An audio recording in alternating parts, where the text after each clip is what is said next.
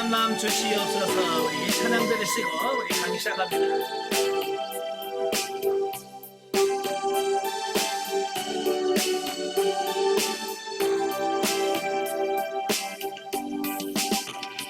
정결한 마음 주시옵소서.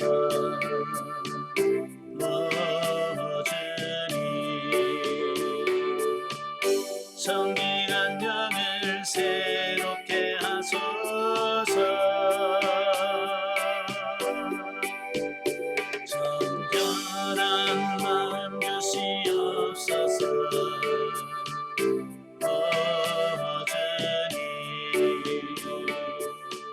정결한 영을 새롭게 하소서. 나를 주님 앞에서 멀리하지 마시고 주의 성령을 거두지 마옵소서. 그 구원의 기쁨 다시 회복시키시며 변치 않는 마음 내 안에 두소서.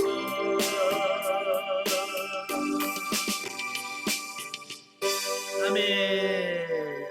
기도하겠습니다. 은혜로우신 아버지, 은혜와 사랑을 진심으로 감사합니다. 오늘도 우리를 사랑하셔서 귀한 시간을 아껴주시고 하나님의 말씀을 상고하며 영성을 연할 수 있는 은혜를 주셔서 감사합니다. 오늘도 예레미야의 말씀을 같이 나눌 때에 성령께서 우리 지각을 열어주셔서 정말 하나님 보시기에 합당한 사람으로 바뀌어지고 새로워지는 은혜가 있도록 도와주옵소서. 시종을 성령님께 다가오니 성령께서 주관하시고 이끌어 주시옵소서. 시종을 주님께 맡겨오며 예수님의 이름으로 감사하며 기도합나이다. 아멘. 예, 이 시간에는 우리 예레미야 교재 183페이지입니다. 183페이지에 보시면 예레미야 6장이 나오게 되어지는데요. 자, 6장이 뭐냐면 북이스라엘의 죄악을 답습하는 유다를 향한 회개 촉구 및 심판 경고를 담은 제2설교의 종결 부분이다 라고 할 수 있어요. 예레미야서는 전반부에 모두 총 예레미야가 한 12편의 설교로 구성이 되어 있다 그랬어요. 12편의 설교로 쭉 되어 있는데요. 자, 오늘 6장은 두 번째 설교, 제2설교의 종결 부분이다라고 할 수 있겠죠. 자, 1절부터 21절까지 보면 이 민족을 통한 유다의 심판 예언에 대한 말씀이에요. 보면은 유다에 대한 심판의 그 불가피성을 설명한 5장에 이어서 이 민족을 통한 유다의 심판 예언을 보도하고 있습니다. 그러니까 하나님께서 왜 유다를 심판하시려고 하냐면 그들이 죄를 범죄하고 하나님 앞에 죄를 짓고도 회개를 하지 않는다는 거예요. 예, 회개하면 하나님께서 용서해 줄 텐데 회개하지 않으니까 그들에게 하나님의 심판이 불가피하다라고 하는 거예요. 예, 전에도 제가 말씀드렸지만 우리가 회개한다라고 하는 것은 하나님의 심판을 제거하는, 그러니까 하나님의 심판을 피할 수 있는 유일한 길이 있다면 우리가 하나님 앞에 회개하는 거거든요. 예, 근데 이 유다 백성들이 하나님께서 경고를 함에도 불구하고 회개를 안 해요. 그러니까 그들에게는 심판이 불가피하다, 이제 그 얘기를 하고 있거든요.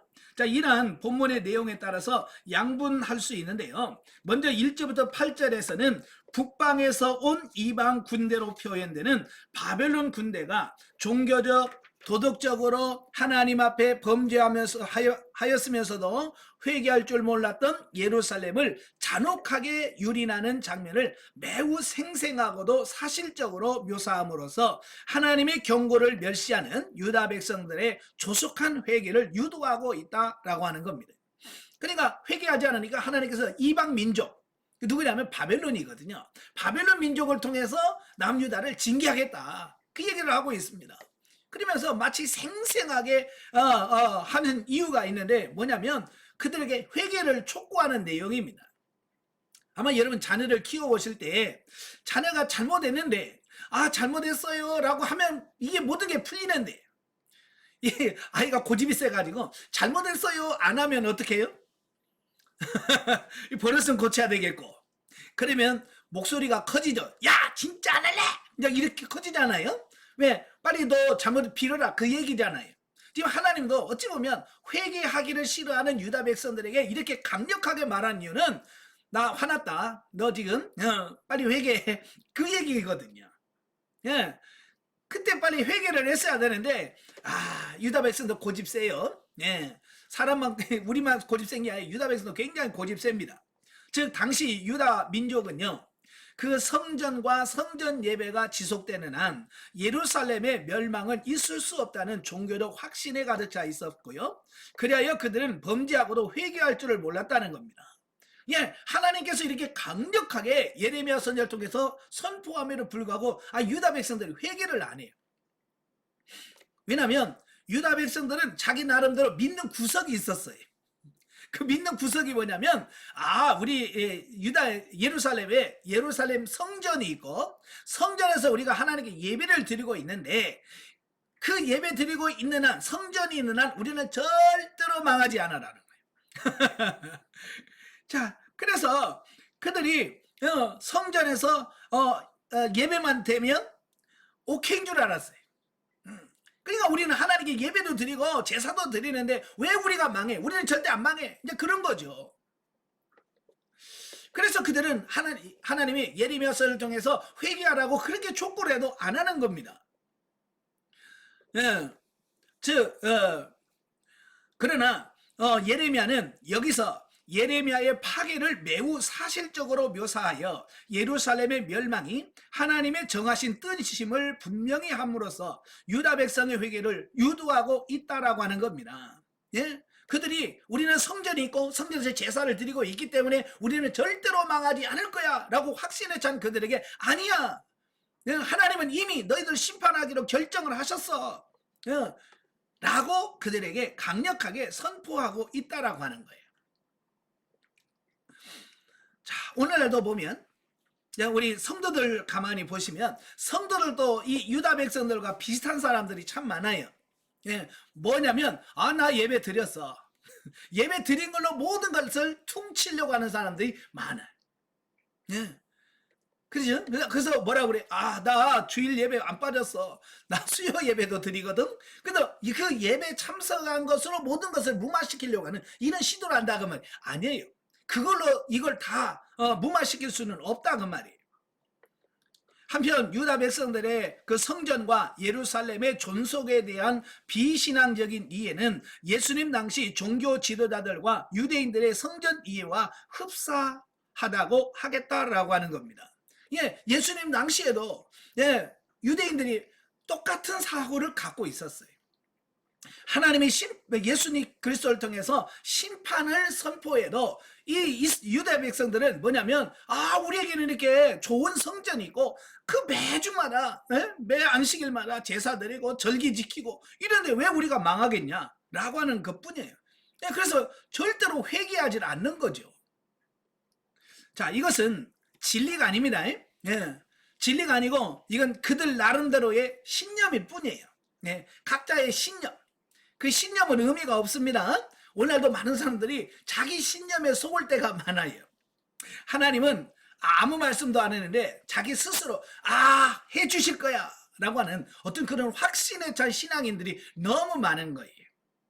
예를 들어서 사업하시는 분들도 하나님께서 내가 너 복 줄게, 사업 잘 되게 해줄게 말씀도 안 하셨어. 근데 우리는 뭐냐면 하나님이 해주실 거야 나는 믿습니다. 그리고 하는 사람들 얼마나 많은지 몰라요. 여러분 신념하고 믿음은 차이가 있어요.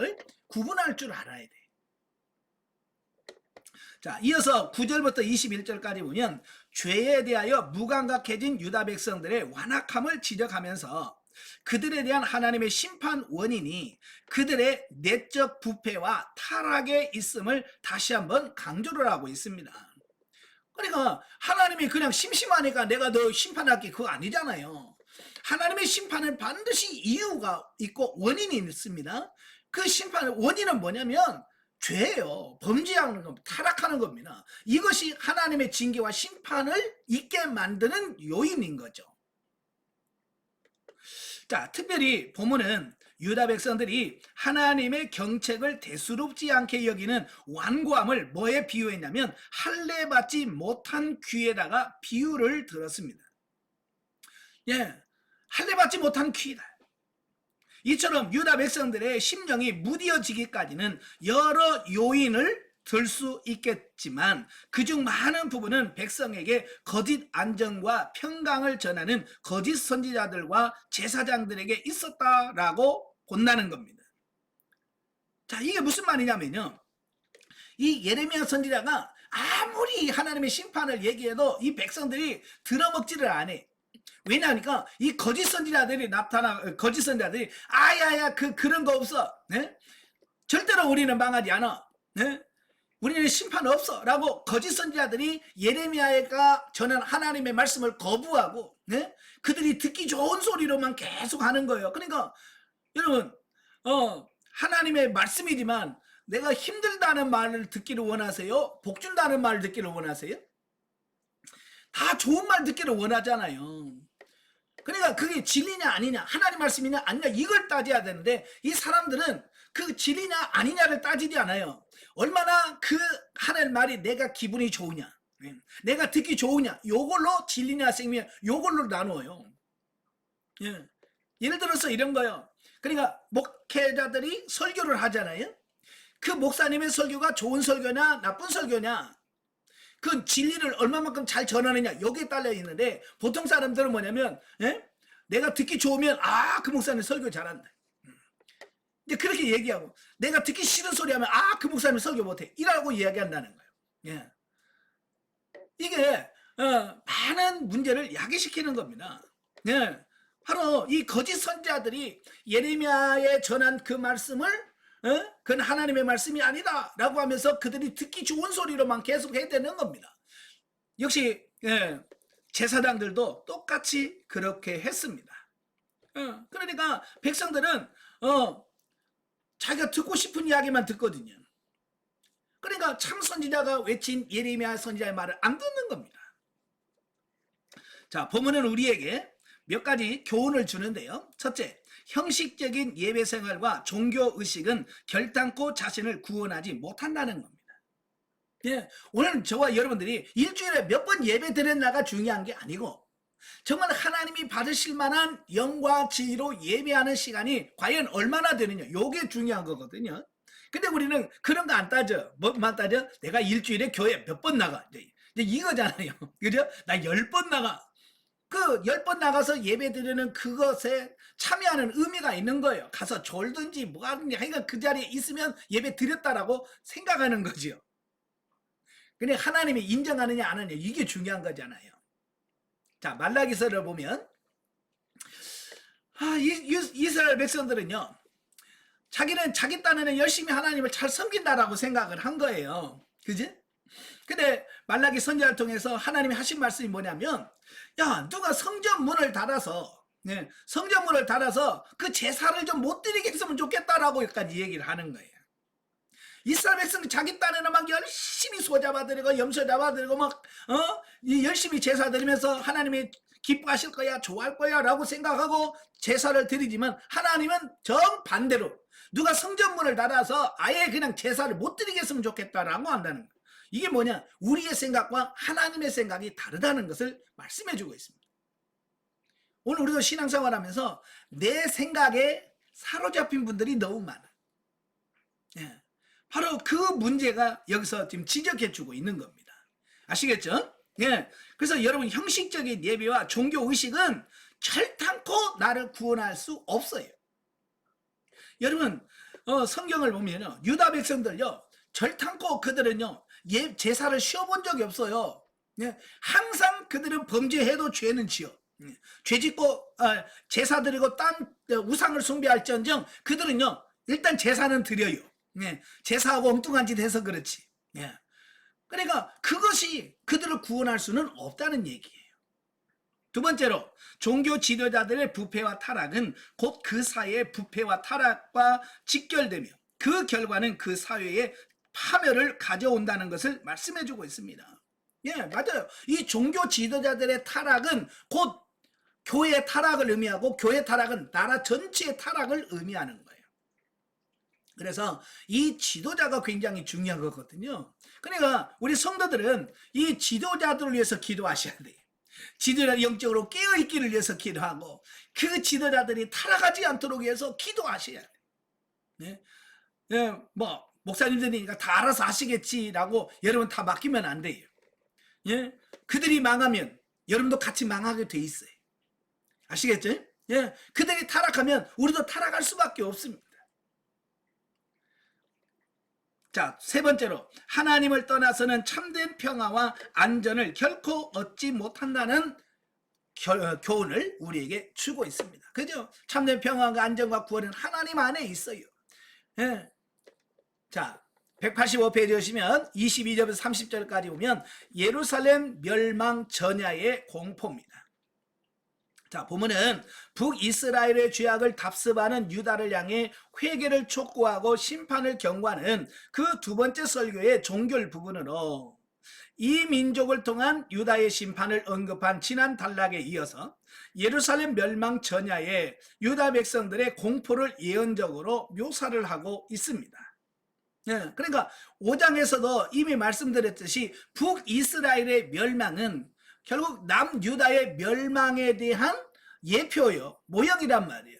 쉽게 말하면 이런 거예요. 북이스라엘의 멸망은 남유다에게 경고성 메시지예요. 예, 봐라, 이 백성들이 범죄하고 우상을 숭배하니까 내가 심판한다. 그러니까 너도 조심해라. 이제 그 얘기거든요. 근데 북이스라엘의 멸망을 유다는 뻔히 자기들이 경험했잖아요. 봤잖아요. 그럼에도 불구하고 정신을 못 차리는 겁니다. 그래서 하나님께서 이 유다에게도 보고도 너희들 위해 깨닫지 못하느냐.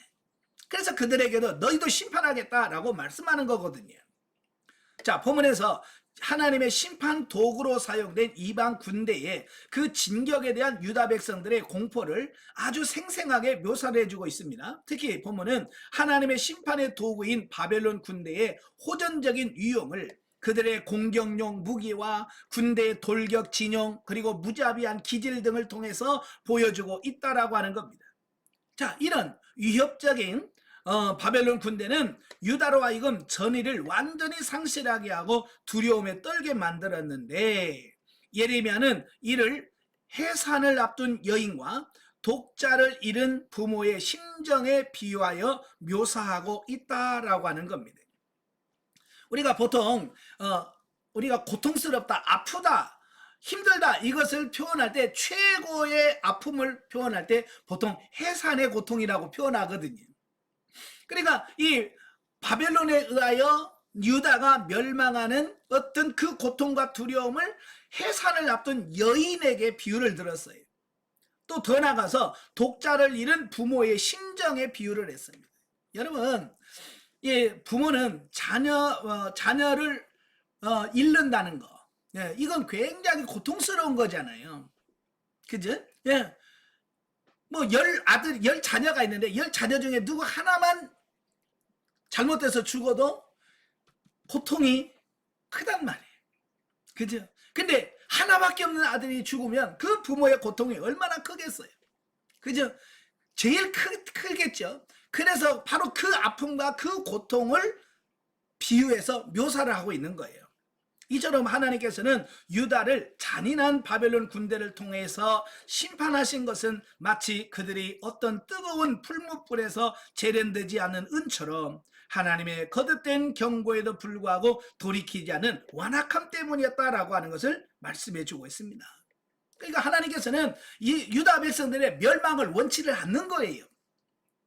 만약에 유다 백성들의 멸망을 하나님께서 원하셨다면 이런 말 안 합니다. 그냥 멸망시키면 돼요. 그죠? 근데 이렇게 강력하게 말한 이유는 무슨 말이냐면 나 너희들 심판하기 싫어. 나 너희 징계하기 싫으니까 빨리 너 회개하고 돌아와. 그런 거거든요. 그 하나님의 마음을 좀 이해를 해야 되는데 이 백성들은 그 마음을 이해를 못하고 에이 하나님은 심판을 안 하시네. 에이 하나님 심판 못해. 라고 생각을 하고 여전히 회개를 거부하는 그들의 완악한 모습을 여기서 보여준다는 말이에요. 하나님은 거듭거듭 경고하시지만 결국에는 뭐 하시냐? 심판하신다라고 하는 것을 말씀해 주고 있습니다. 회개하지 않으면 결국은 하나님의 심판을 받을 수밖에 없다. 이걸 말씀해 주고 있는 거예요. 자, 본문에서 우리는 하나님의 무서운 진노의 일면을 보게 된다. 즉 하나님은 사랑과 자비가 많으셔서 죄인까지도 용납하시고 인내하신 분이지만 거듭된 권면에도 돌이키지 않을 경우에는 준엄한 심판을 내리시는 것이다. 그러므로 성도들은 자신들의 죄를 돌이킬 수 있는 기회가 주어졌을 때에 겸허하고 진실한 마음으로 회개하지 않으면 안 된다라고 하는 겁니다. 그러니까 하나님께서 우리에게 회개할 기회를 주셨을 때 회개해야 된다 그 말이에요. 그죠? 그러니까 이 기회라고 하는 것은 항상 있으면 기회가 아니죠. 그죠? 항상 있으면 기회가 아니죠. 이 기회라고 하는 것은 때가 있다라고 하는 것을 의미하는 거예요. 이게 하나님께서 우리를 회개를 기다릴 때가 있지만 그 때가 지나면 더 이상 기회가 없어요. 회개할 수 있는 기회가 없다 그 말입니다. 그러니까 우리가 하나님께서 이런 회개할 수 있는 기회를 주셨을 때 그 기회를 놓치지 말고 빨리 회개하고 돌이켜야만 우리가 구원을 얻을 수 있다는 이 진리를 깨달으시기를 바랍니다. 아시겠죠? 예, 노아 홍수 때도 그러잖아요. 예, 방주의 문이 열렸어요. 그때는 누구라도 그 방주에 들어갈 수 있는 기회가 다 있는 겁니다. 근데 방주를 하나님께서 딱 닫으셨어요. 그 다음부터는 이제 그 누구도 방주에 들어갈 수 없어요. 열려있을 때 기회예요. 오늘도 구원의 문도 마찬가지예요.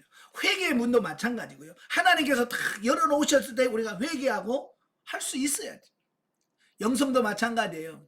영성도 하나님께서 여러분에게 영성할 수 있는 기회를 주시고 여러 가지 환경적으로 여러분 이런 거 네? 지금 하나님께서 여러분 기가 막힌 환경 주셨잖아요.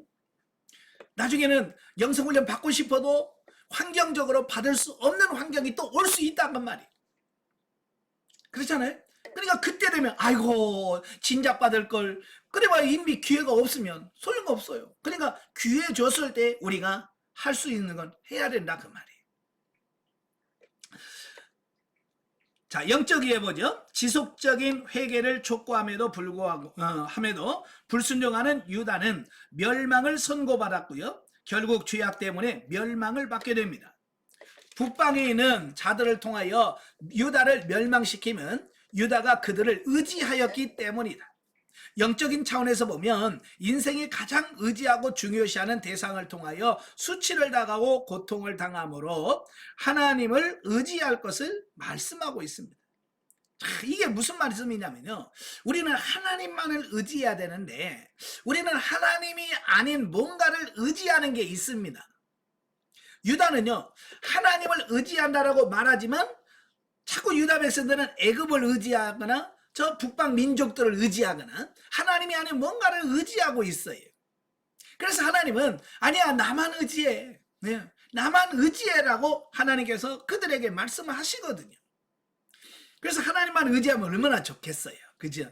근데 그들은 하나님이 아닌 뭔가를 자꾸 의지한단 말이에요. 그래서 하나님은 그것을 그들이 의지하고 붙드는 동아줄을 끊어버리는 겁니다.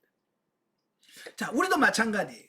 자, 여러분들이 자꾸 돈을 의지하잖아요. 그죠? 돈, 내 돈 어디 갔니? 그러면 하나님께서 어느 날 그 돈줄을 끊으셔.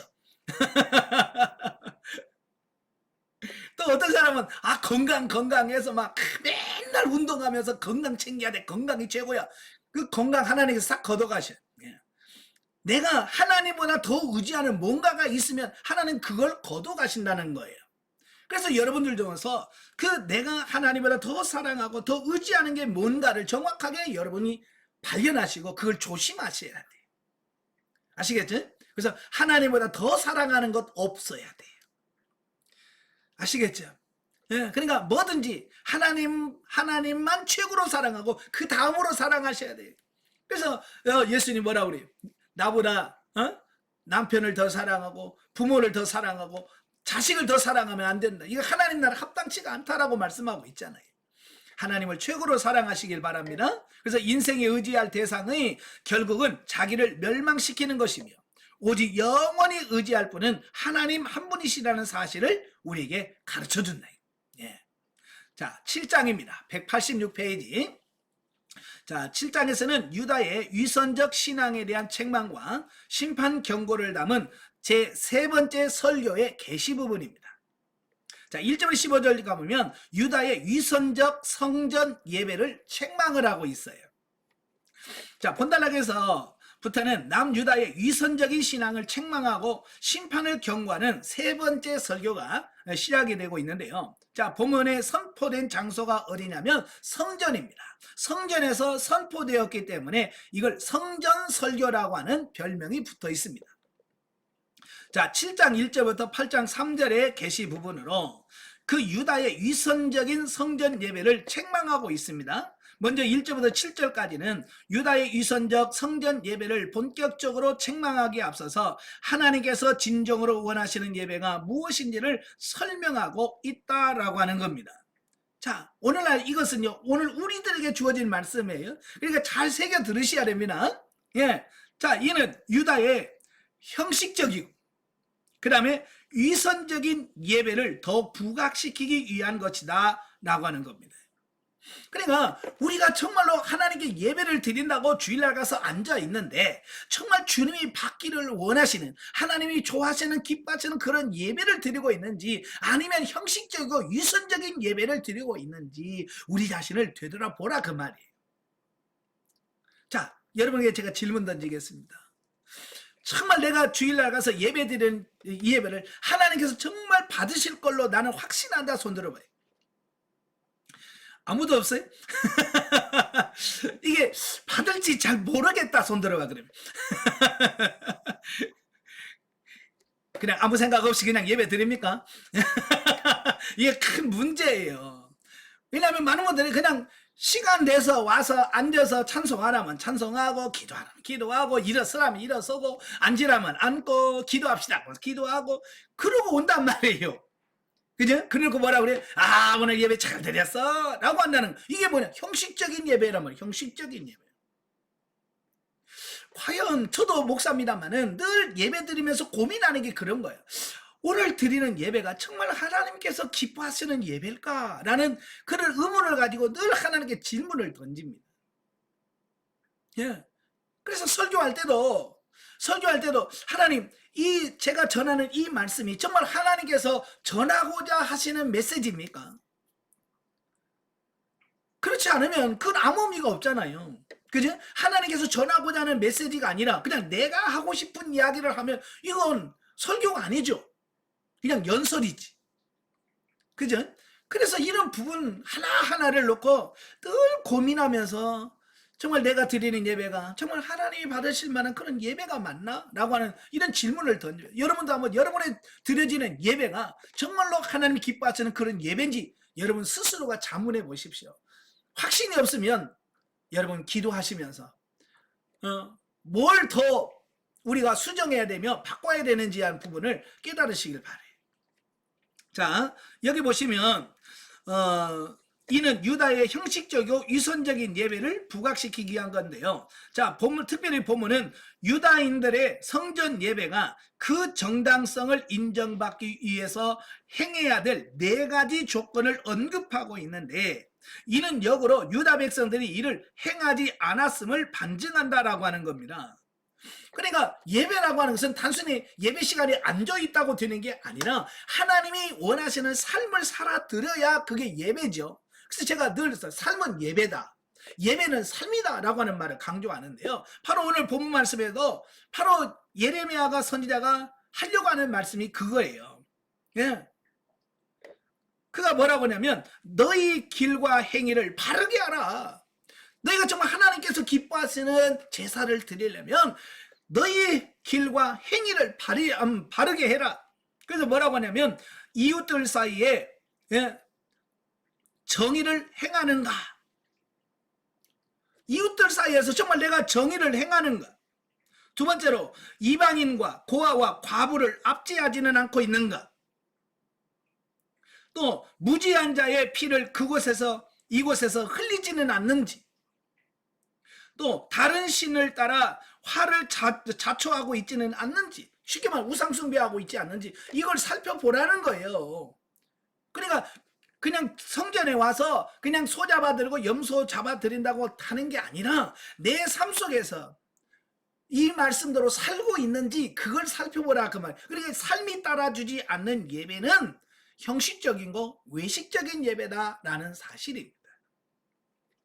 즉 그들은 하나님께서 요구하시는 참된 예배의 본질과는 거리가 먼 지극히 형식적이고도 위선적인 예배를 하나님께 드린 것이다. 이런 예배를 하나님께서 기뻐하실리 만무하다 그 말이에요. 자, 오늘날에도 마찬가지예요.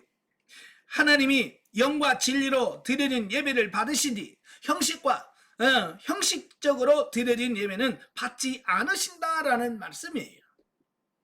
우리가 창세기 4장에 보면 가인과 아벨이 같은 시간에 거의 같은 장소에서 하나님께 제사를 드리잖아요. 그죠? 근데 하나님께서는 가인과 가인의 제사는 받지 않으셨어요. 그러나 아벨과 아벨의 제사는 받으셨어요. 자, 이걸 통해서 우리에게 뭘 보여주냐면 같은 장소에서 같은 시간에 예배를 드려도 누구의 예배는 받으시고 누구의 예배는 안 받으신다라고 하는 말씀이에요. 그러니까 100명이 모여서 예배를 드리든 1000명이 모여서 예배 드리든 그 중에서 누군가는 하나님이 기뻐하시는 예배를 드리는 거고 누군가는 하나님이 기뻐받지 않으시는 가인과 같은 예배를 드리고 있는 사람이 있다는 겁니다. 문제는 내가 누굴까라고 하는 거예요. 전부 여러분은 내가 드리는 예배는 아벨의 제사입니다라고 생각할지도 모르겠습니다만은 그 판단은 누가 하느냐? 내가 하는 게 아니라 하나님이 하시는 거예요. 그죠? 그래서 하나님이 정말로 내 예배를 받으실 건가? 라고 하는 부분이 굉장히 중요하다 그 말입니다. 아시겠죠? 예. 그래서 아까도 말씀드렸지만 저도 예배를 인도하는 자의 입장에서 늘 이 부분에서 고민을 하는 거예요. 하나님과 상관없는 그냥 예배가 된다면 의미가 없잖아요. 여러분도 예배를 위해서 기도 많이 하십시오. 자, 다음으로 8절부터 15절에서는 유다 백성들이 하나님이 요구하시는 참된 예배를 떠난 형식적이고도 위선적인 유다 백성들의 예배에 가증함을 고발을 하고 있습니다. 예, 그들이 어떻게 형식적이고 어떻게 외식적으로 하나님께 제사를 드리고 있는가? 라고 하는 부분이 뭐라고 나오냐면 성전에서 제사 드리고 난 이후에 도둑질하고 또 살인을 하고 그 다음에 간음하고 거짓 맹세하고 바알에게 분향하는 것이 진짜 제사를 드린 사람들의 삶이냐라고 할 수 있느냐라는 질문을 던지는 겁니다. 그죠? 내가 실컷 하나님께 제사를 드리고 예배를 드려서 예배를 드리고 나와서 거짓말하고 도둑질하고 살인하고 음행하고 이건 진짜 내가 예배를 드렸다라고 할 수 없다는 얘기예요. 아시겠죠? 예전에 보면 시골에서 그래 웃긴 얘기 하잖아요. 권사님이 새벽기도 실컷 하고 집에 가면서 남의 호박 따가고 예? 그런 얘기 하잖아요. 실컷 새벽기도 가서 기도하고 남의 호박 따가고 예? 남의 밭에 가지 따가고 예? 오이 따가고 이런단 말이에요. 그게 과연 그 새벽에 가서 하나님께 기도하고 예배드리는 삶의 분의 삶이냐? 그건 옳지 않다는 얘기예요. 근데 이제 우리가 그러고 있다 그 말이에요. 그죠? 예배 드리고 나서 서로 싸우고 예배 드리고 나서 서로 미워하고 네. 자, 그러고 있다 그 말입니다.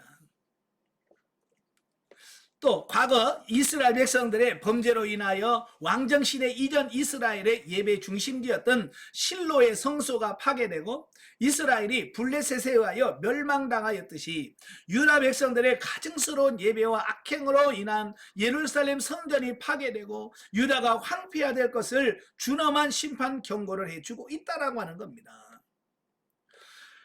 이 말씀이 무슨 말이냐면 이 유다 백성들이 그렇게 예레미야 선지자가 회개하라고 외쳐도 그들은 뭐라고 그랬어요? 아니야, 우리는 성전이 있기 때문에 절대 우리는 망하지 않아 라고 하는 그런 확신 가운데 예레미야에게 그 말을 하는 사람들에게 야, 성전이 있다고 안 망하는 게 아니라 역사적으로도 그 망한 실제적인 예가 있어 라고 하면서 하나의 실로를 비유를 들었어요. 이제 실로가 어디냐면 그 이스라엘 백성들이 가나안에 정착을 합니다. 가나안에 정복을 하고 정착을 할 때에 그 이스라엘 백성들이 요단을 건너서 처음에 성막을 쳤던 곳이 길갈이에요. 길갈에서 성막을 쳤어요. 그리고 나서 가나안 정복 전쟁을 다 마무리하고 땅을 분배할 때에 여호수아가 길갈에 있는 성막을 어디로 옮기냐면 실로로 옮겨요. 예. 그때부터 이제 그 사울 왕 때 전까지 그 실로에서 모든 종교적 이런 것이 이루어졌어요. 중심지였어요. 그런데 우리가 잘 아는 것처럼 사사시대에 이스라엘 백성들이 타락했잖아요. 그지? 그리고 마지막 사사인 엘리 제사장 때 너무 타락했어요. 그죠? 그래서 어린 사무엘에게 하나님께서 심판을 선고할 만큼 그 시대가 너무너무 타락했습니다. 바로 그때에 하나님께서 저 블레셋 사람들을 도구로 사용하셔서 이스라엘을 쳐들어오게 합니다. 그래서 블레셋과 이스라엘이 싸우죠. 전쟁을 합니다. 전쟁을 하는데 이스라엘이 전쟁에서 패배를 합니다. 그러니까 그들이 회개를 하지 않냐고 무슨 제안을 하냐면, 야, 우리가 법궤를 가져오지 않아서 우리가 망했어. 야, 법궤 가져와라. 그래서 제사장이었던 홈니와 비느하스, 엘리의 두 아들이 법궤를 메고 그 전쟁터에 가게 돼요. 그런데 그 전쟁에서 어떻게 됩니까? 홈니와 비느하스가 죽임을 당하고 결국은 법궤를 블레셋에 빼앗기게 되고 그 전쟁에서 패하게 됩니다. 바로 그때 그 블레셋 군인들이 이 실로까지 와가지고 실로에 세워졌던 이 성막을 완전히 회파시켜 버렸어요. 자, 그리고 이제 법궤가 그 블레셋에 가서 약 6개월 동안 머물다가 하나님께서 그들에게 악한 종기를 통해서 많은 사람이 죽으니까, 야, 이거 빨리 이스라엘로 보내자. 그래가지고 수레에다 실어서 보냈잖아요. 예? 그래서 그 법궤가 돌아왔어요. 예, 베세메스로 도착을 했어요. 근데 문제는 뭐냐면 실로가 이미 다 무너져서 그 법궤가 갈 데가 없었던 거예요. 그래서 기럇 여아림이라는 곳에다가 법궤를 임시로 보관할 수밖에 없는, 이 실로가 바로 하나님의 그 모세가 만든 성막이 세워졌던 곳이 실로거든요. 근데 그게 싸그리 망가졌단 말이에요. 바로 이것을 예를 들어서, 야, 봐라, 성막이 있었어. 근데 그들이 범죄하고 타락하니까 그 성막이 없어졌잖아. 오늘 마찬가지야. 솔로몬이 성진 이 성전도 너희들이 범죄하고 타락하고 죄를 짓고 회개하지 않으면 이 성전도 실로처럼 망한다, 이야기를 하고 있는 겁니다. 역사적인 사건을 예를 들어서 지금 설명을 해주고 있는 거예요. 이러한 심판의 경고는 온갖 불의를 다 행하고도 하나님께서 원하시는 바 중심의 회개를 거부하면서도 성전과 성전 예배가 지속되는 한 자신들은 멸망하지 않을 거라고 하는 유다 백성들의 그릇된 확신이 얼마나 어리석은가, 얼마나 잘못된 신앙인가를 보여주고 있다라고 하는 겁니다. 여러분도 마찬가지, 나 예배 한 번도 안 빠졌어. 그렇다고 내가 지은 죄에 대해서 심판하지 않는다는 말은 아니에요. 아시겠죠? 예. 아무리 여러분 예배를 잘 드려도 여러분이 그 말씀대로 살지 않으면 거기에 대한 하나님의 징계와 심판이 있다라고 하는 것을 꼭 기억하시길 바랍니다. 예. 자, 그 다음에 16절부터 20절까지 보면 유다를 위한 중보 금지 명령. 자, 보면은 일종의 삽입 내용인데요. 하나님께서 예레미야에게 뭘 말씀하냐면 더 이상 유다를 위하여 중보기도 하지 마라. 예. 중보기도 하지 말라고 하십니다. 여러분, 성경에 보면 계속 하나님은 우리에게 뭐 하라고 그래요? 기도하라, 기도하라 그러죠. 네?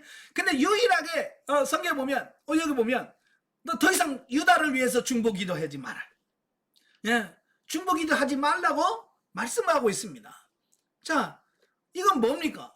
얼마나 그들이 유다 백성들이 하는 짓이 하나님의 마음에 맞지 않고 들지 않고 그랬으면, 야, 더 이상 쟤들을 위해서 기도하지 마라. 내가 이미 저들을 심판하기로 작정했으니까 더 이상 그들을 위해서 기도하지 마라 라고 했을까라고 하는 거예요. 자, 그들의 우상 숭배가 너무도 심각하고요. 도저히 용서받을 수 없기 때문인데 이 명령에는 유다에 대한 하나님의 심판이 확정적이어서 누구의 기도를 통해서도 변경할 수 없다는 뜻이 내포되어 있습니다. 그러니까 나는 이미 심판 결정했으니까 너 기도해도 난 안 들 거야. 그러니까 더 이상 기도하지 말어 라고 하는 겁니다. 확정됐다는 거예요. 이게 사랑의 하나님이 오직 했으면 그러시겠어요. 그죠? 예. 여러분도 그러잖아요. 착하디 착한 여러분이 오죽하면 성질 내겠습니까? 그죠? 예? 하나님도 마찬가지예요. 그 사랑이 많으시고 온유하신 그분이 오직 했으면 이렇게까지 하시겠는가? 자, 이러한 부분은 모든 일, 특히 회개에는 때가 있고요. 그 때가 지나면 회개하고 싶어도 할 수 없고 오직 멸망만이 기다린다는 사실을 교훈해 준다. 그러니까 늦기 전에 하셔야 돼요. 자, 7장 21절부터 8장 3절에 보면 유다의 불순종과 그 결과. 자, 보면은 유다의 불순종한 죄와 그 결과에 대해서 언급을 하고 있는데요. 먼저 7장 21절부터 28절에서 유다 백성들의 불순종을 지적하면서 책망을 하고 있습니다. 즉 하나님께서 진정 원하시는 것은 형식적인 제사가 아니라 말씀의 순종이나 유다 백성들은 그 반대로 형식적인 제사를 마치 선민의 자격을 유지하기 위한 절대적인 조건인 것처럼 생각하여 거기에만 집착하고 정작 하나님이 참으로 요구하시는 바는 예배자의 바른 자세인 말씀에 순종하는 건데 그걸 도외시했단 말이에요. 아까도 그랬지. 하나님이 원하는 삶을 살아야 되는데 하나님이 원하는 바를 살지 않는다 그 말입니다. 그러니까 이 예레미야서를 쭉 읽다 보면 꼭 오늘 우리들의 모습을 보는 것 같아. 예. 꼭 우리들의 모습을 어떻게 그렇게 지금부터 2500년 전에 썼는데 꼭 우리를 보고 쓴 것처럼 정확하게 써놨어. 이 말씀 보면서 우리가 정신을 차리셔야 돼. 자, 이렇게 볼 때 본문 역시 유다 백성들의 형식적이고 외식주의적인 신앙을 치탄하고 있다라고 하는 것입니다.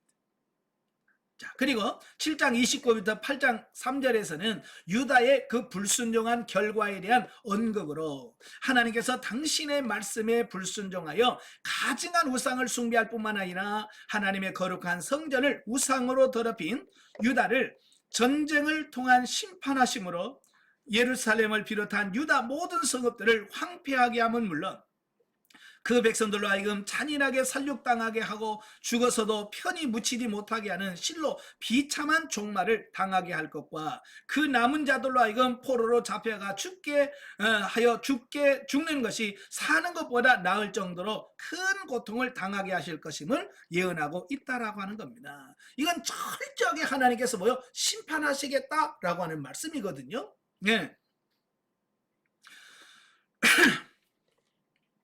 이상의 내용은 오늘날 우리들에게 참된 헌신과 순종하는 마음이 없는 형식적인 예배 행위와 교회 봉사는 하나님을 기쁘시게 하지 못함은 물론이고 오히려 인격적인 하나님을 모독하는 가증한 행위로 여겨서 하나님의 진노를 면치 못한다는 사실을 교훈해주고 있습니다.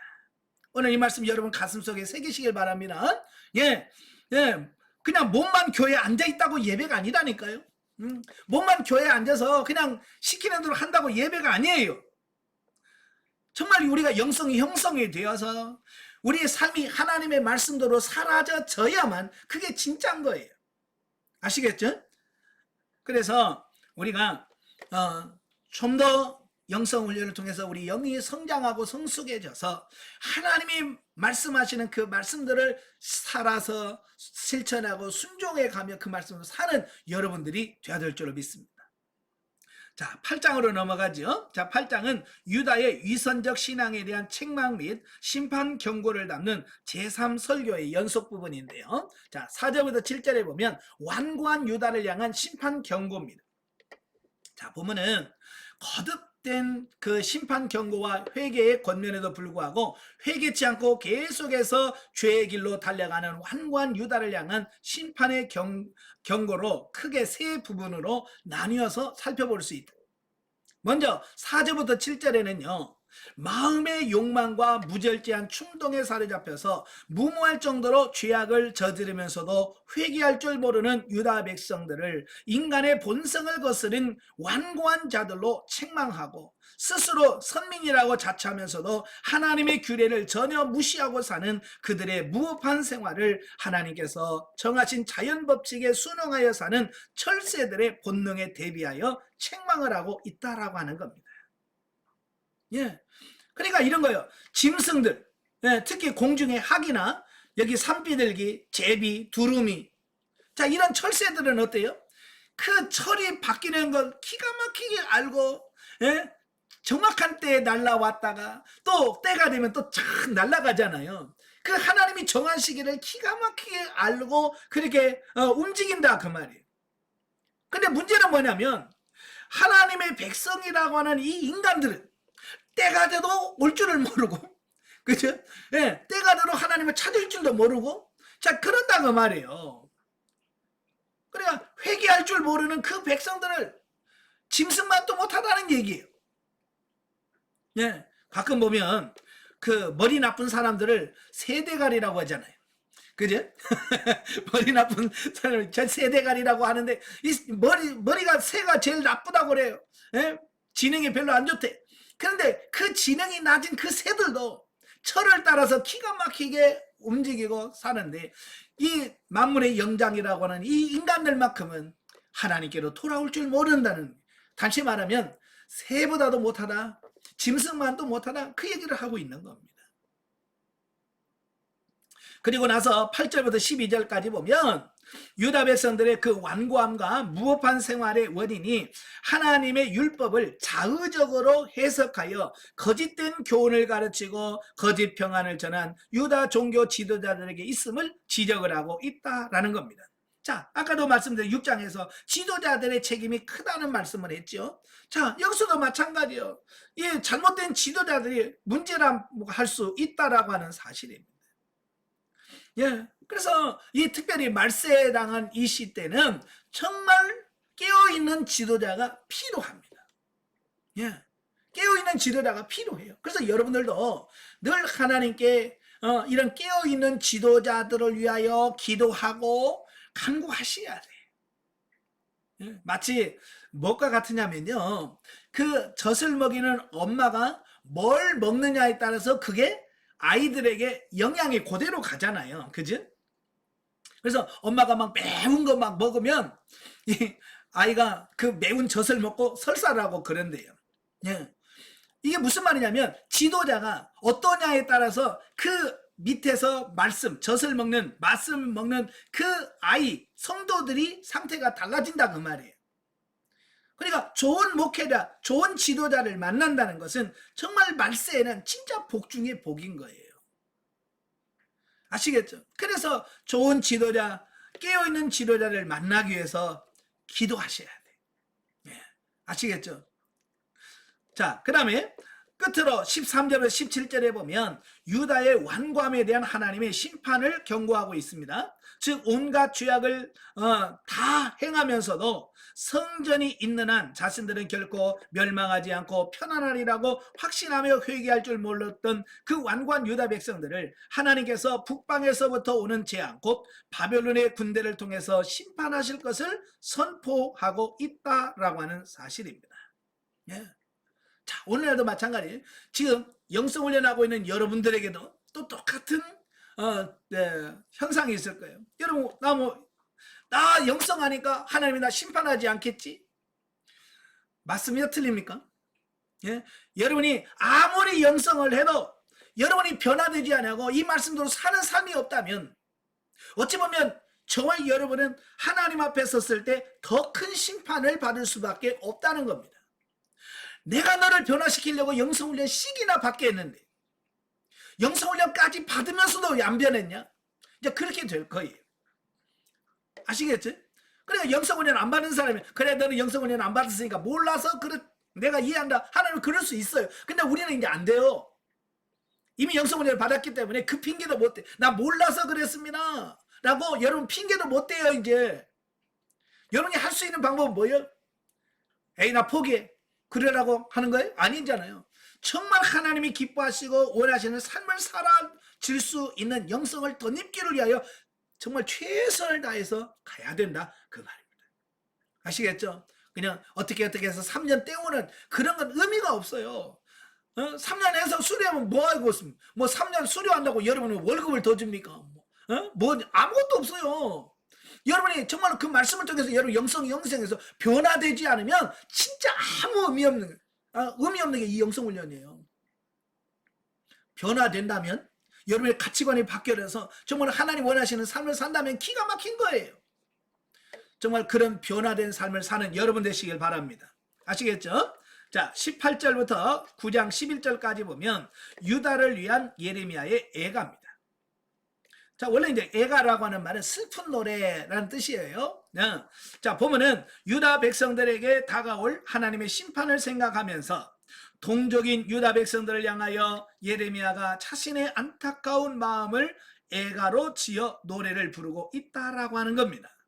자, 애가는 슬픈 노래로 주로 장례식에 가서 부르는, 우리만 조가라고 할 때, 그 장례식에 가서 슬픔을 표현하는 그 노래를 부르는 것을 애가라고 부릅니다. 그래서 예레미야는 여기서 애가를 부른 이유가 있어요. 아직 유다가 망하지는 않았어요. 그죠? 아직 망하지는 않았지만 결국은 멸망하게 될 거라고 하는 확증을 여기서 하고 미리 애가를 불러버리는 겁니다. 애가를 불렀다는 것은 너희는 망하는 것은 이미 결정됐어, 정해졌어 라는 뜻이거든요.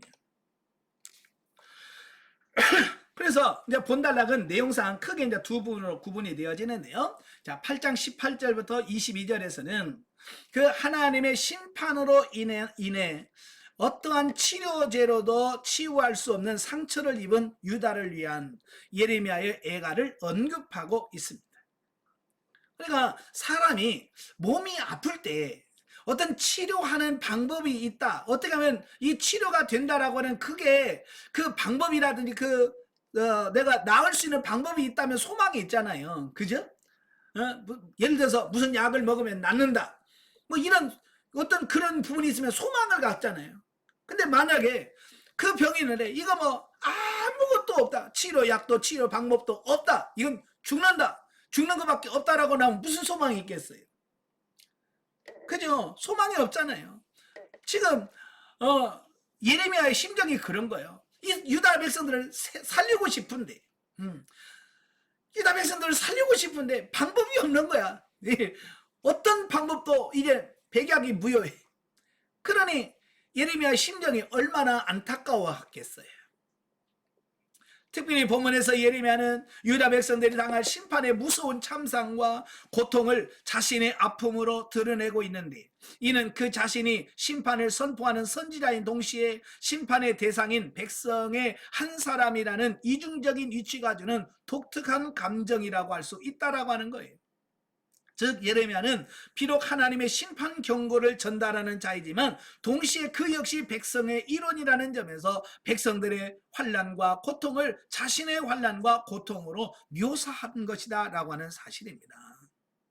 왜냐하면 예레미야 역시 난 유다에 속한 그 유다 백성 중에 한 사람이었기 때문에 그렇다라고 하는 겁니다. 자, 우리도 마찬가지예요. 우리도 가끔 하나님의 징계와 심판을 선포하면서 나는 거기에 포함되지 않은 것처럼 생각을 합니다. 근데 그 하나님의 징계와 심판 속에는 나도 포함되어 있는 겁니다. 그죠? 지구의 종말, 심판을 얘기할 때 그 심판 종말은 저도 그 속에 들어있는 겁니다. 저도 종말을 맞는 거고 저도 예수님의 심판대 앞에 서는 거예요. 그래서 중요한 것은 나부터 변화가 돼야 됩니다. 아시겠죠? 나부터 변화가 되어야지. 그렇지 않으면 나는 쏙 빼면 의미가 없는 거죠. 우리가 보통 이제 성경 읽으면서 이건 나와 상관없겠지 라고 우리는 나와 자꾸 말씀을 분리하는 이런 경향이 있거든요. 아니에요. 나도 그 안에 들어가 있어요. 아시겠죠? 여러분도 포함되어 있고요. 그 누구도 피할 수 없는 거예요. 그러니까 여러분 자신 먼저 변화되고 여러분 자신이 먼저 새로워지셔야 돼요. 다음으로 9장 1절부터 11절에서 보면 그 전반부부터 절제된 애가로 여기서는 예레미야를 비탄에 빠지게 한 원인인 백성들의 불의와 하나님의 심판을 제시하면서 그의 슬픔을 드러내고 있다라고 하는 겁니다. 예. 자, 이와 같은 본문은 양괄식의 구조를 띠고 있다. 즉 본문 1절과 2절 또 10절과 11절에 애가조의 탄식을 언급하고 그 중간에 애가의 원인인 백성들의 불의와 이에 대한 하나님의 보응에 대하여 언급을 하고 있다. 이러한 본문의 구조는 예레미야의 애가가 절제되지 못한 무분별한 비통이 아니라 자신의 선지자직에 대한 사명에 입각한 슬픔임을 보여주고 있다라고 하는 겁니다. 그러니까 이게 조직적이고 잘 짜여져 있다라고 하는 말은 그냥 감정의 표현이 아니라는 이야기를 하고 있습니다. 육신의 감정으로 내가 이야기하는 게 아니라 영의 감정으로 지금 하나님의 말씀을 선포하고 있다라고 하는 그런 의미가 담겨져 있습니다. 자, 이러한 본문은 예레미야가 눈물의 선지자라는 별명을 얻게 된 배경이 되는데 여기서 우리는 영적 지도자의 참된 자질을 발견하게 됩니다. 즉 영적 지도자는 성도들의 잘못에 대해서는 엄히 책망하면서도 한편으로는 그들을 불쌍히 여기고 그들이 징계를 당하여 환난에 처할 때는 그 아픔을 함께 나누는 사랑의 마음이 있어야 된다라고 하는 것입니다. 참 지도자가 어려운 게 뭐냐면 무조건 책망만 해도 안 되고 그렇다고 해서 무조건 또 오냐 사랑할 수도 없고요. 참 그게 어려워요.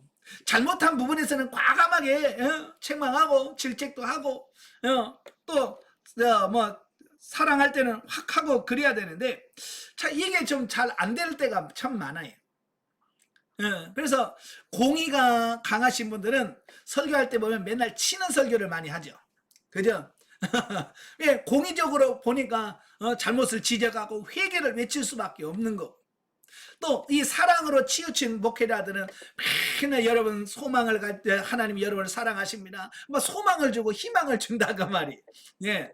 그러니까 그분의 성향에 따라서 이게 이걸 맞춰간다는 게 쉽지 않아요. 자, 영적 이해를 보겠습니다. 본장에서 죄를 깨닫지 못하는 유다의 어리석음을 보여준다. 이는 하나님의 은혜를 받고도 불순종하는 우매한 성도들을 비유적으로 보여줍니다.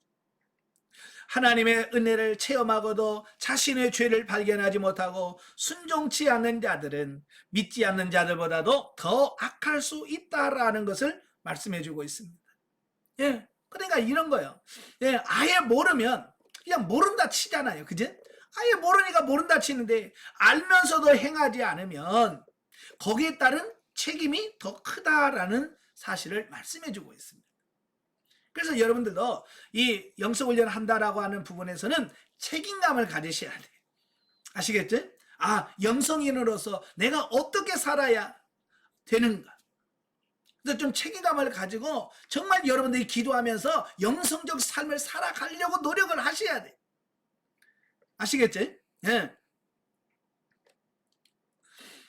자, 과거 이스라엘 백성이 하나님의 백성이 말씀을 거역하고 불순종할 때 가나안에 남은 족속을 통하여 그들을 징계하셨다.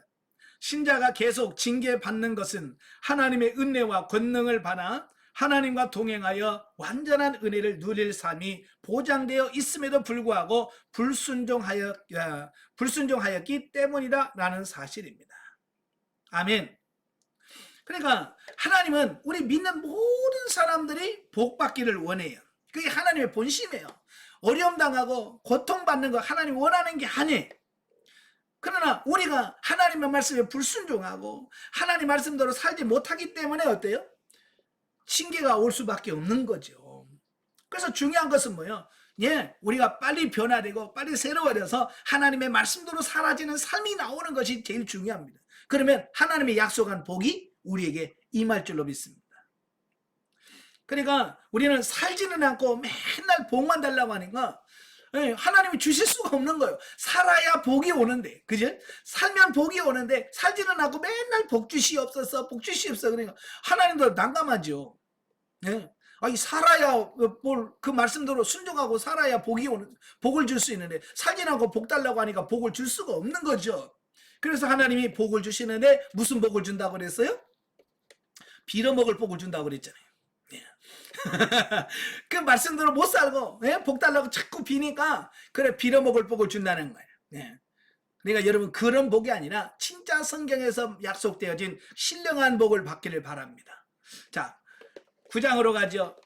유다의 위선적 신앙에 대한 책망 및 심판 경고를 담은 제3설교의 연속. 자, 12절부터 26까지는 배교자의 비참한 종말.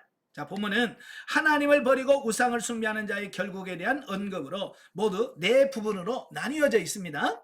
자, 12절부터 16절까지에서는 예레미야와 하나님 간의 문답 형식을 통해서 유다가 우상 숭배의 죄악으로 인해서 하나님의 준엄한 심판을 받아 황폐하게 될 것을 예언한 사실을 보도하고 있고요. 17절부터 22절까지 보면 유다 백성들을 향하여 애곡하기를 촉구하고 그 이후로 멸망의 심판이 그들에게 임할 것을 예언한 사실을 보도하고 있습니다.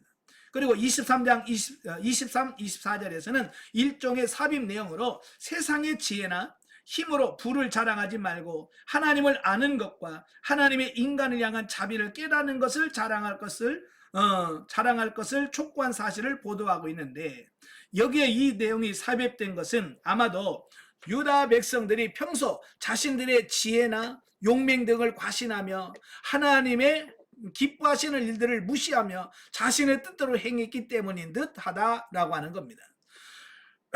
그러니까 하나님의 기뻐하는 일들을 해야 되는데 그들이 교만해가지고, 예, 자신의 지혜를 자랑하고 자신의 용맹을 자랑하고 또 자기의 부를 자랑하고, 예, 교만하다고 말입니다. 예, 그러니까 하나님께서 그들을 심판할 수밖에 없는 거죠. 자, 끝으로 25, 26절에서는 하나님께서 할례받은 유다인들과 할례받지 못한 이방인들을 여호와의 날에 함께 심판하실 것을 예언함으로써 하나님께서 기뻐하시는 일을 무시하고 자신의 뜻대로 행하면서도 할례만 행하면 구원받으리라고 생각했던 유다인들의 어리석음을 드러내주고 있다라는 겁니다. 예, 그래서 유대인들은 할례만 받으면 당연히 구원받을 거라고 착각하는 거예요. 아니에요. 유다 백성들이 그 착각했던 그 착각이 오늘 우리도 그렇다고 하면 똑같아요. 예? 교회에서 열심히 교회만 다니며 교회에 와서 열심히 충성하고 봉사하면 하나님의 심판을 받지 않을 것처럼 생각하고 사는 우리들과 똑같아요. 예. 어차피 여러분, 우리는 다 하나님의 심판대 앞에 한 번은 서게 돼 있습니다. 아시겠죠? 예수를 믿든 안 믿든 영성을 했든 안 했든 우리는 다 하나님의 심판대 앞에 서게 돼 있어요. 백보라 심판에 서게 돼 있습니다. 우리는 영생의 생명의 부활로, 네? 영원한 새하늘과 새 땅으로 들어가게 되지만 그 하나님 말씀에 불순종한 사람들은 어떻게 돼요? 영원한 지옥으로 떨어질 수밖에 없다는 거예요. 그 심판대 앞에서 후회할 일이 없지. 정말 바르게 사는 여러분 되시길 바랍니다. 자, 이러한 본문이 주는 교훈은 첫째, 인간의 지혜의 한계를 분명히 깨달아야 된다라는 겁니다. 유다 백성들은 거짓 선지자들의 말에 현혹되어 스스로 지혜 있다고 여기며 자신들의 지혜에 근거해서 하나님을 버리고 우상을 숭배함은 물론 그러한 우상들이 자신들을 구원해 주리라고 생각했다. 그러나 그러한 지혜는 오히려 자신들을 멸망으로 이끌고 말았다라고 하는 사실입니다. 예. 이처럼 세상적인 지혜는 인간을 결코 구원하지 못하고 도리어 멸망하게 된다라는 사실을 보게 됩니다. 그래서 사람의 가장 지혜로운 부분이 하나님의 가장 미련한 것보다 못하다 그랬어요. 예. 그러니까 우리 인간의 지혜로는 아무리 잘머리 굴려도 하나님을 이길 방법이 없어요. 아시겠죠? 그래서 우리 지혜에 의지하지 않기를 바랍니다. 예. 그러므로 우리는 세상적인 지혜를 의지해서는 안 되며 오직 참 지혜의 근원 되신 하나님의 말씀을 우리 인생의 기준으로 삼아야 된다는 것이죠. 자, 그리고 두 번째로 유다인들의 그 육신의 할례가 하나님의 말씀을 순종하게 하는 마음의 할례가 선행되지 않은 한 육체 문신이나 상처에 지나지 않았듯이 하나님께서 기뻐하시는 바는 육신적인 조건이 아니라 하나님의 말씀에 순종하는 겸손한 마음을 깨닫게 해준다라고 하는 겁니다. 자, 이게 이제 중요한 거예요. 그러니까 이 삶이 없이 그냥 할례만 받았다라고 하는 것은 그냥 그 뭐예요? 그냥 육체의 문신이나 다를 바가 없는 거죠. 할례라고 하는 것은 내가 하나님의 자녀가 되었다라고 하는 언약을 맺었다라고 하는 어떤 이제 근거, 어떤 표시거든요. 예. 그건 뭐 문신이나 다를 바가 없는 거죠. 그래서 하나님의 말씀으로 사는 삶이 없다면 그건 아무런 가치가 없다는 얘기예요. 하나님 말씀대로 살아야 그게 가치가 있다라고 하는 말씀을 하고 있는 겁니다. 그래서 저와 여러분들이 하나님의 말씀대로 살아야 모든 영적인 부분에 가치를 주어진다는 거 꼭 기억하시면 좋겠습니다. 영적 예보죠. 예레미야는 유다 백성의 거짓과 불신앙에 따르는 멸망을 애가로 전합니다. 그들의 거처가 곧 폐허가 될 것이며 이방 세력에 의하여 산산이 흩어질 것이다. 멸망시키는 것이 하나님의 본심이 아니지만 고통을 통해서 그들이 죄를 깨닫게 하시기 위해서이다. 그러니까 하나님의 징계의 목적이 이거예요. 고통을 주어서라도 그들이 회개하고 돌아와서 구원받게 하시려는 게 하나님의 본심이다라는 겁니다. 자, 여기서 우리는 죄의 포로가 되어서 고통을 당해야 회개하는 우매한 인생의 모습을 보게 되어진다. 참, 우리 어렸을 때 많이 들어본 얘기죠. 맞아야 정신 차린다. 맞아야 정신 차린다는 말을 어릴 때 많이 들었을 거예요. 예, 안 맞고 자라면 얼마나 좋아요. 그죠? 맞지 않고 정신 차리면 얼마나 좋아. 근데 우리는 꼭 맞아야만 정신 차리라고 말이에요. 예, 바로 이런 부분들을 우리 이제는 맞지 않고 자랄 수 있는 사람으로 좀 바뀌어져야 돼. 성장하면 그렇잖아요. 그죠? 자, 우리는 실패하기 전에 적극적으로 죄를 깨닫고 순종하는 사람이 되어야 한다. 원수까지도 사랑할 수 있는 사람이 될 때에 평범하게 진리를 지킬 수 있는 사람이 된다. 하나님은 당신의 백성을 택해서 하나님의 법대로 살도록 회개를 촉구하기 위하여 포로가 되게 하신다라고 하는 겁니다. 그래서 그들이 바벨론으로 포로로 끌려가서 그들이 그곳에서 우상을 숭배했던 것들을 회개하고 철저하게 하나님만 믿는 신앙으로 되돌아오게 되죠. 예. 바로 하나님이 원하는 게 바로 그런 거예요. 하나님이 여러분이 징계를 주신 이유는 바로 여러분들로 하여금 회개하고 다시금 하나님께로 돌아오도록 하시는 하나님의 손길인 거죠. 그래서 하나님께서 주시는 고난 감사, 감사가 되어지는 거죠. 자, 10장입니다. 유다의 위선적 신앙에 대한 책망 및 심판 경고를 담은 제3설교의 종결, 결론 부분입니다. 자, 1절부터 16절까지 보면 우상숭배의 헛됨과 하나님의 절대성에 대한 말씀을 합니다. 자, 보면은 지금까지 백성들의 불순종과 우상숭배에 따른 심판을 경고해왔던 예레미야가 여기서는 우상숭배의 무익함을 하나님의 위대성에 비추어 설명함으로써 유다 백성들로 하여금 하나님께 돌아오기를 간접적으로 촉구하고 있다라고 하는 겁니다. 그러니까 우상이 안 좋아, 우상 숭배하면 안 된다라고 아무리 말해도 못 알아먹으니까 거기에 대한 실체적인 예를 들어가면서 설명을 해주고 있는 겁니다. 자, 먼저 1절부터 5절까지 보면 우상 숭배의 무익함에 대해서 지적을 해줍니다. 자, 즉 우상은 인간이 만든 피조물에 불과한 것으로 아무 능력도 없는 지극히 허무한 존재라고 하는 것입니다. 그죠?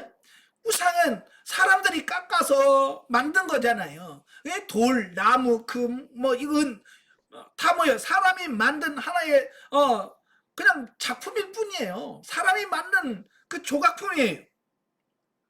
자, 이는 역으로 이러한 우상을 숭배하는 것이 얼마나 어리석은 일인가를 보여줍니다.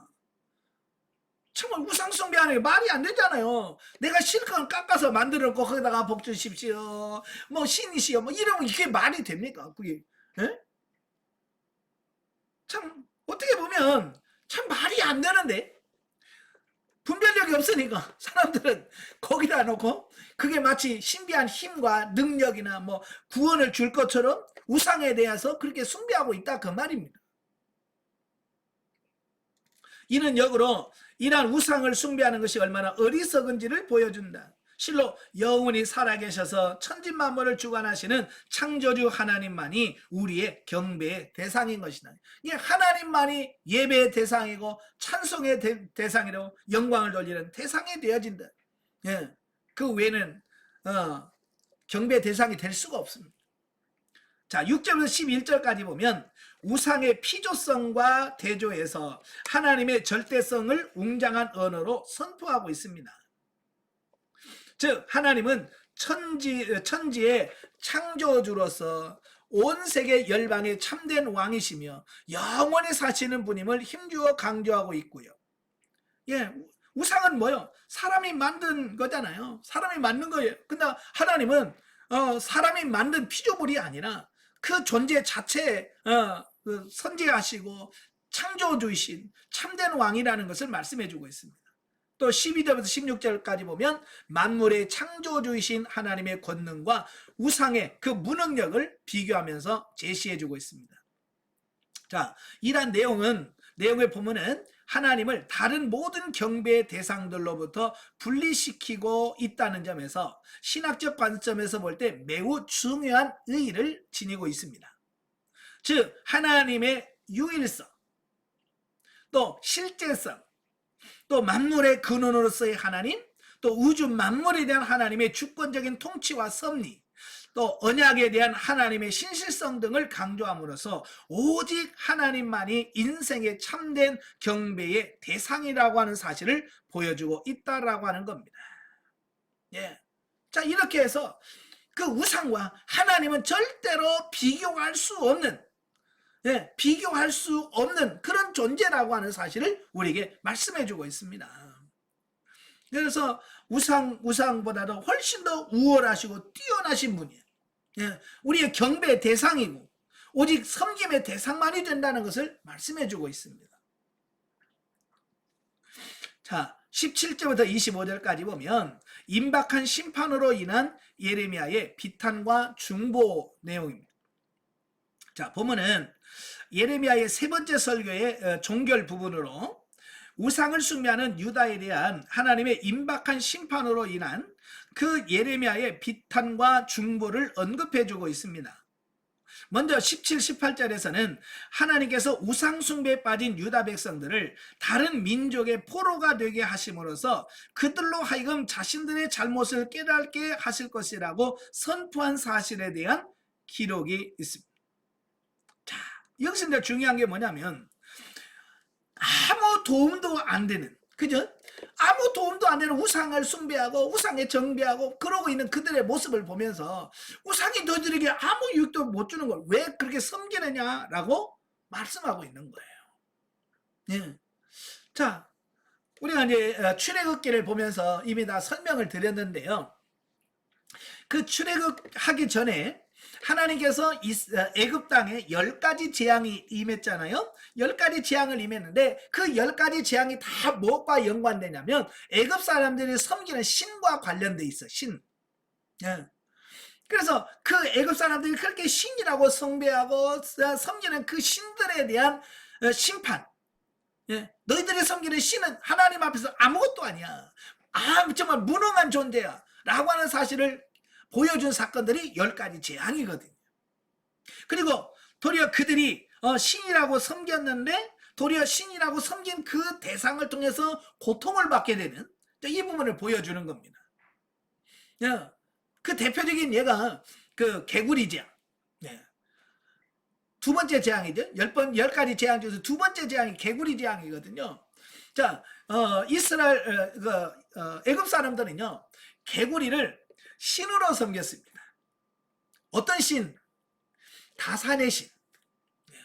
여러분 이제 봄 되면 웅덩이에 보면 개구리가 알을 낳아요.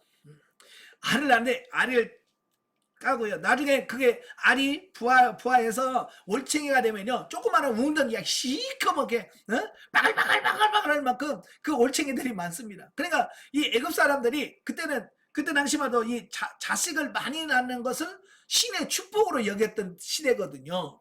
예? 그러니까 야 개구리 막 그 한 번에 알에 막 수백 마리 막 수천 마리 나는 걸 보면서 야 우리도 저렇게 애를 많이 낳으면 좋겠다.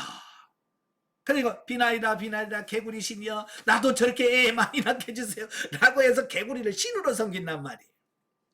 자, 여러분 생각이 어때요? 참, 얼마나 바보 같은 소리예요. 그지? 근데 애굽 사람들은 그걸 신으로 섬겨요. 신으로 섬기면서 마치 자기들도 그와 같이 많이 다산에 자녀들 많이 출산하고 하는 어떤 그런 복을 달라고 빌고 있는 거예요. 근데 개구리 재앙이 임하니까 어떻게 됐어요? 신으로 섬기는 그 개구리들이 막 침상으로 뛰어 올라가지요. 밥 먹으려면 밥상으로 뛰어 올라가지요. 그러니까 바로가 모세를 빨리빨리 와서 얘 좀 어떻게 처리해라. 네? 근데 신으로 섬길 때는 언제고, 그죠? 그 신들이 막 밥상에 뛰어오르니 그 신이 좋겠어요? 여러분 개구리가 여러분 밥상에 뛰어 들어가고 국그릇에 먼저 뛰어 들어가면 좋겠어요? 아이고 우리 신님이 오셨네요. 아이고 뭐 이러겠어요? 그러니까 신으로 섬긴 그것들이 도리어 그들을 괴롭히는 존재로 바뀌어지는 거예요. 그러니까 그들이 신으로 섬긴 그 자체가 얼마나 무의미하고 얼마나 바보스러운 짓인가를 보여주는 거란 말이에요. 지금 이스라엘 백성도 마찬가지예요. 그들이 그렇게 우상을 숭배하고 그렇지만 바벨론으로 포로로 끌려갈 때 그들의 우상이 뭘 그들을 구해준 게 있습니까? 그들을 건져준 게 있어요? 아무것도 없단 말이에요. 바로 이제 그 얘기를 하고 있는 겁니다. 또 19절부터 22절에 보면 유다에 대한 임박한 하나님의 심판으로 인한 그 예레미야의 피탄 흘린 애가를 기록을 하고 있는데요.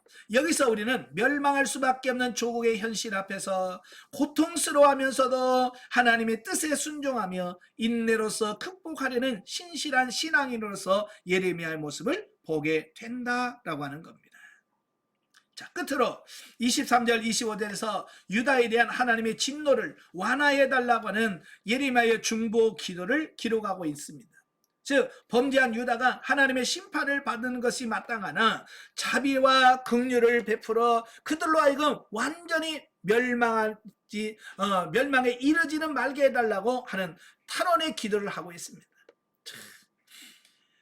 예레미야도 참 착하죠. 그죠? 저 같으면 저것들 싹 멸망시켜 주시옵소서, 싹 쓸어주세요라고 기도할 터인데 예레미야는 워낙 그 백성들을 사랑하는 마음 때문에 그렇게 기도 못하고 하나님 저들을 심판한 중에서도 하나님 긍휼을 베풀어 주세요, 자비를 베풀어서 완전히 멸망시키지는 좀 말아주세요 라고 기도하는 겁니다. 바로 이 예레미야의 기도를 들으셔서 하나님께서는 그 필요한 사람들을 바벨론으로 끌려가게 하시고 그 중에서 다니엘 같은 사람, 에스겔 선지자와 같은 사람, 이런 신실한 사람들을 세워서 그들의 신앙과 믿음을 유지하도록 이게 뭐냐? 바로 예레미야가 바로 그런 부분들을 기도한 하나님의 응답이다라고 볼 수 있습니다.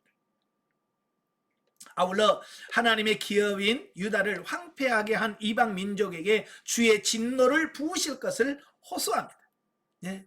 유다를 멸망시킨 저 민족을 하나님께서 심판해 주시옵소서라고 말하죠. 바로 이 기도도 응답이 되어요. 그래서 바벨론이 BC 539년에 메대와 바사 연합군에 의해서 바벨론이 멸망을 당하고요. 네? 이 예레미야의 기도가 바로 이렇게 시간이 흘러서 그대로 응답되어진다는 그 말. 여러분도 이런 기도를 하시는 여러분 되시길 바랍니다. 자, 영적에 보죠. 하나님의 권능은 우리로 훈련을 통해서 날마다 장성하여 마침내 하늘의 사람으로 온전하게 만드신다라는 사실입니다. 세상의 것은 얻는다 해도 무가치하며 무의미하다. 왜?